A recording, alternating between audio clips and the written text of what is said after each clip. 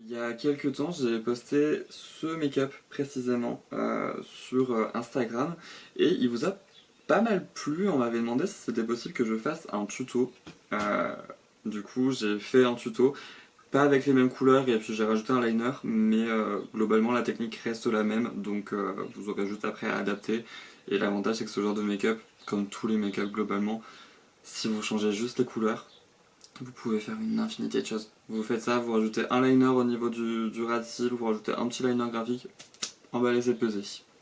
Je vais venir prendre la palette nouveau de ABH, je vais vous zoomer un petit peu aussi, et avec un pinceau 204 de chez Morphe, le V204 comme d'habitude, je vais venir prendre la teinte Wisteria, et je vais aller refermer ma porte correctement.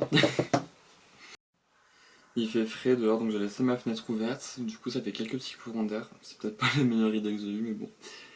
Donc la teinte Wisteria, du coup, je vais l'appliquer au-dessus de mon pli paupière et au niveau de mon coin interne. Je vais vraiment faire une sorte de forme, pas d'arc de cercle, mais bon, un peu quand même, hein, finalement. Je vais venir la reporter au niveau de mon ras de cils.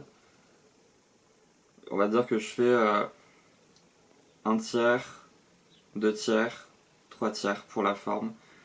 Du coup, sachant que le deuxième tiers sera vide, je vais le laisser beige. Et j'adore cette teinte, elle est un petit peu. Je pense qu'il doit y avoir des micro-nacres à l'intérieur, mais vraiment très très légères. Ou quelque chose du genre, parce qu'elle est hyper lumineuse, elle reflète hyper bien la lumière. Enfin, franchement, cette teinte est incroyable. Je pense que c'est de toutes mes palettes confondues, je pense que c'est mon violet préféré. Et du coup, je vais venir légèrement estomper sur les bords. Là, il n'y a pas besoin de trop travailler la matière, parce que c'est un fard qui est assez pastel, donc il va facilement se blender. Mais pour un pastel, il reste quand même bien pigmenté et ça, c'est plutôt cool. J'ai shooté dans ma caméra, j'espère que je ne l'ai pas trop déplacé. Enfin, dans mon trépied, pardon. Du coup, je vais venir appliquer. J'ai des petites taches de blush. Je vais venir appliquer ma teinte sur mon coin externe. Pareil en tapotant et du coup sur le troisième tiers restant. J'évite d'aller trop sur ma paupière mobile parce que je vais venir mettre une autre teinte après et que je peux pas surcharger la matière. J'essaie de bien me cadrer aussi accessoirement. Et pareil, on n'oublie jamais hein, de venir connecter à ce niveau-là. Et je veux vraiment une forme très arrondie. Alors ce fard il est bien parce qu'il est très pigmenté, mais par contre il est très très poudreux.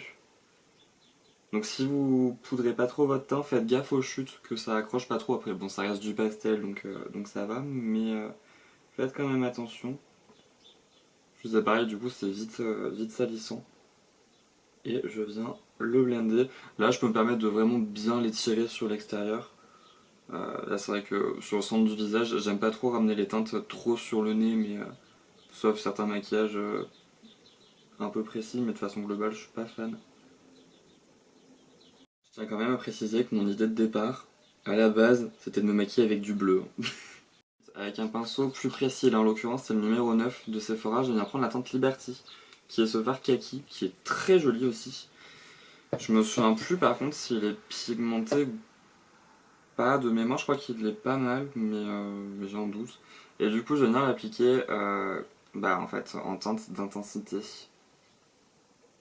Donc je vais venir le mettre sur ma paupière mobile et je vais le remonter un peu dans mon creux, histoire de blender avec le violet. Faut y aller doucement par contre, parce que c'est vrai que le vert kaki et le violet pastel comme ça, c'est des couleurs qui ont un peu de mal à se blender ensemble. Mais avec un petit peu de patience, on y arrive.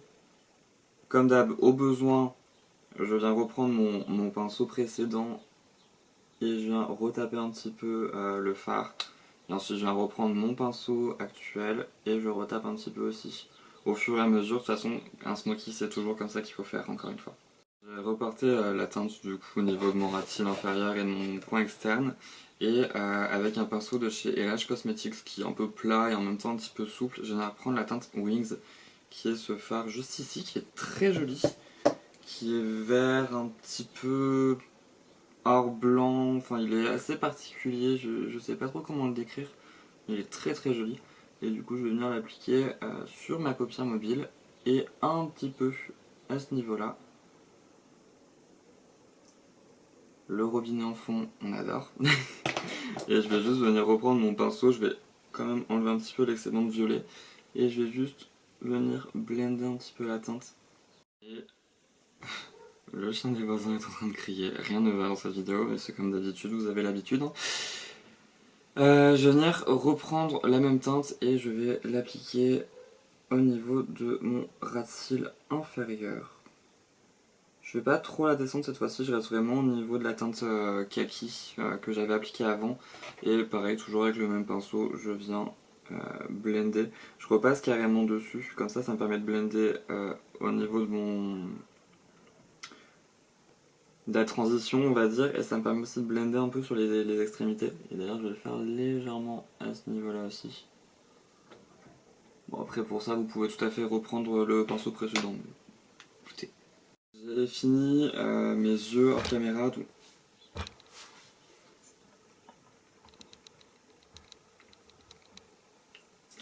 On est un peu mieux. Je disais, pardon. J'ai fini mes yeux hors caméra, donc j'ai fait comme d'habitude liner, crayon, mascara, faux cils. J'ai juste mis des demi aujourd'hui parce que ça fait 2 maquillages là que je galère à poser des franges complètes. Donc des demi c'est bien aussi. Et j'ai rajouté mon highlighter, c'est le Diamond Bomb de Fenty Beauty, ça change pas. On va passer aux lèvres du coup, et comme ce look je trouve qu'il manque cruellement d'intensité, là je vous dézoome un petit peu.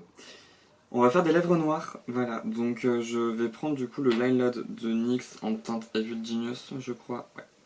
Et je vais venir contourer un petit peu mes lèvres. Alors, putain. Alors c'est bien, ils sont crémeux, hein, mais la pointe elle est vraiment fragile. Ça c'est le truc chiant avec ces crayons.